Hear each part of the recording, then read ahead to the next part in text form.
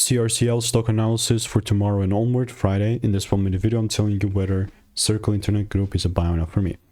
Sitting at $187.38, I'm looking to generally just double down on this and buy more if I could though, like CRCL related.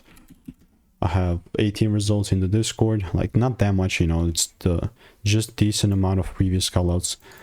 And it's only really started being a thing June this month, you know what I mean? So since June, like I've been here buying, this is 3 weeks back, 6th of June. Only then, you know, since we started buying from 76 bucks, it reached 300. And that's actually very, very good. Like, because if we do the math,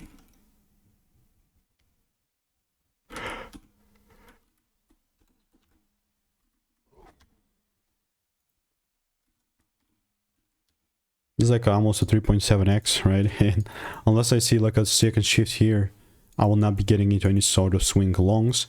But if the confirmation is met, then intraday trades are all going to be biased towards the long side. So that's how CRCL is looking like. By the way, if you want to learn the sauce and my exact frameworks that's taken me 5 years to learn, just click the first link in the description. Absolutely risk-free resource. 1,200 people have tried it, and I'll continue to keep you updated. Goodbye and enjoy.